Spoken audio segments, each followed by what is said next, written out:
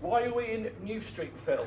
Well, I thought it was just the right place to just recap what we've talked about. We've covered the first 5 months of the Civil War in Plymouth, from August to December 1642. I thought I'd just recap and tell people what we've done so far and what's happening in Plymouth. When Jacob Astley left Plymouth in the summer of 1642, the late summer, called by the king to join his army, Plymouth was left without a military governor. So there was a lot of uncertainty and confusion at this time.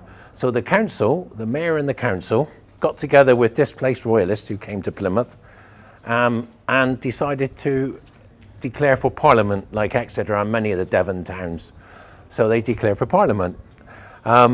Within a few weeks, money had been allocated from Plymouth to reinforce the original inner town, or the inner wall up around Abringdon Street that we talked about a couple of weeks ago, and the big earth forts that went up on the high ground around North Road West, North Road East, Clifton Place and Mount Gould Road, what is today Mount Gould Road. We've just also talked about the front, the foreshore, the forts that went up there that protected us from the sea. So by the end of 1642, a lot was happening in Plymouth. Money had been collected.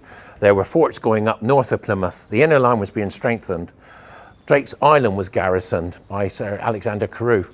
There were other forts going up around Mount Wise House.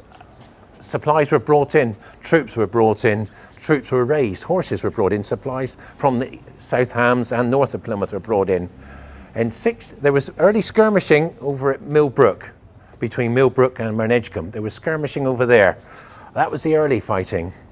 Our nearest enemy were in Cornwall. Sir Rolf Hopton had gathered an army and trained 3,500 men. And with this army, in late November 1642, he marched over the moors and came to Plympton and blockaded the town from east of the Plym. That was a threat. He didn't come towards Plymouth. He saw the forts going up. That put him off. So what happened then? Hopton decided to raise the Devon Royalists, to raise the posse in Modbury. So he called the Devon Royalists, Sir Edmund Seymour, Sir Edward Fortescue, Henry Champernoun, to raise their tenants to have a meeting in December 1642. Hopton sent some of his troops there to help him out. They got drunk.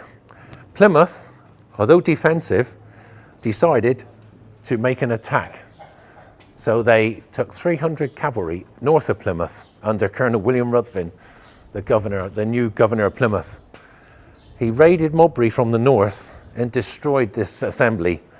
Not many casualties. He burnt the Champernoun mansion and captured a lot of leading royalists at the time, one of the biggest bags of royalist prisoners, prominent royalists ever taken in a battle.